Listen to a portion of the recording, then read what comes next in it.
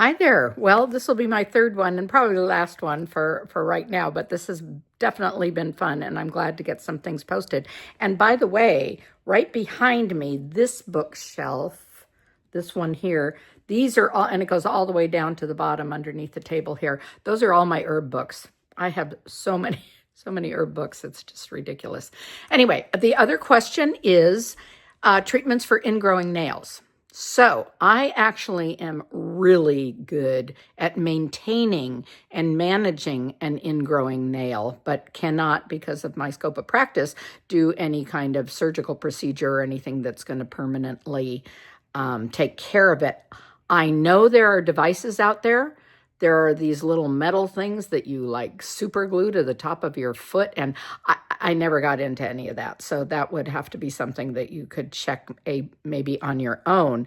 But I do know that if you have the proper technique and equipment, if you're a nurse, well, no, if you're anybody, and I will be doing a demonstration on this next week, which will be very apropos, it is possible to do a very good job and maintain and keep things painless for months. And I use a 4-inch small fine nipper as part of it, and in my ceramic burrs, the little ones, and I'll be showing all this when I do the video next week, one that has like a little tiny ballpoint pen or at the end of it, and I can go in there and zap the end of the spicule. But what you want to do is get the spicule out, oh, well, you'll see it on the video. But so that's really it for permanent, other than that device, which I just don't know about. They'd have to go to a podiatrist and have the partial matrixectomy. And that's what I can kind of almost do a partial matrixectomy by disintegrating it with the file. And I mean, it's not many people can do what I do, and I can't wait to share that. So maybe it'll inspire people to do that. So now we will see what chat says. Okay, I did not type it in here, so I have to go back into chat. Where is it? Chat.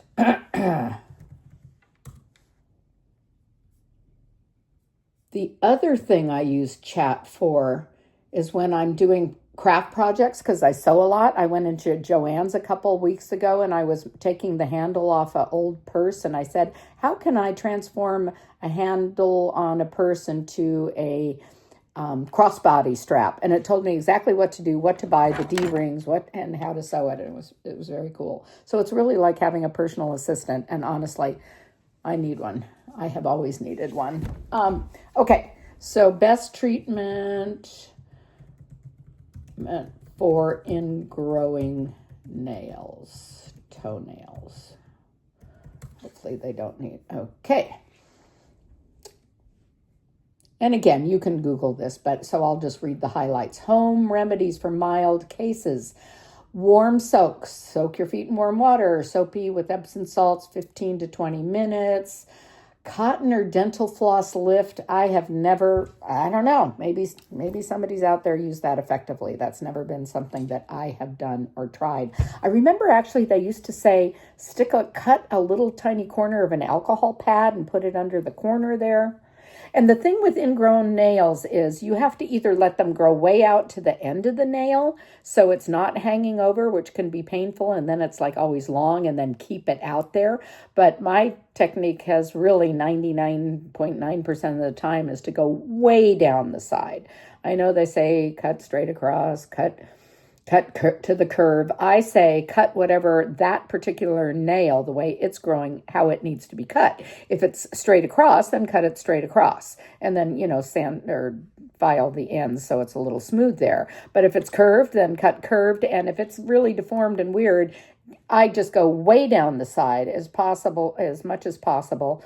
And I have been known to use some of the antiseptic with lidocaine, but that can get tricky because I think they can say you're using a medicine and maybe you're doing surgery. But if you're a lay person, it doesn't matter. It's your own feet or your family members or whatever. But nurses, nobody's ever questioned me on that, but I think theoretically, if you're using a topical numbing, they might say that.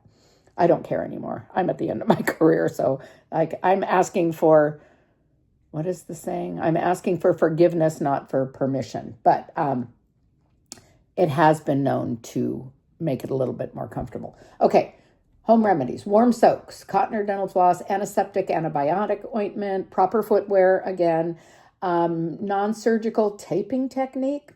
Nail bracing. That's what that thing is called. A podiatrist, but I think foot nurses can do that now. I don't know. Professional debridement. That's what I do, but it is possible that someday, maybe once I get these videos on there, you could do that too. Medical surgical treatment, partial nail removal. They call it a partial nail avulsion. And most people say it's like the most painful thing they've ever had. I've had a couple people say it was a breeze, but most people really do not like it. Total nail removal. That's one way. Antibiotics. And here, okay, prevention tips. Trim nails properly. Cut nails straight across, not curved, and avoid cutting them too short. See, this is where I just go by my experience. My experience is not that.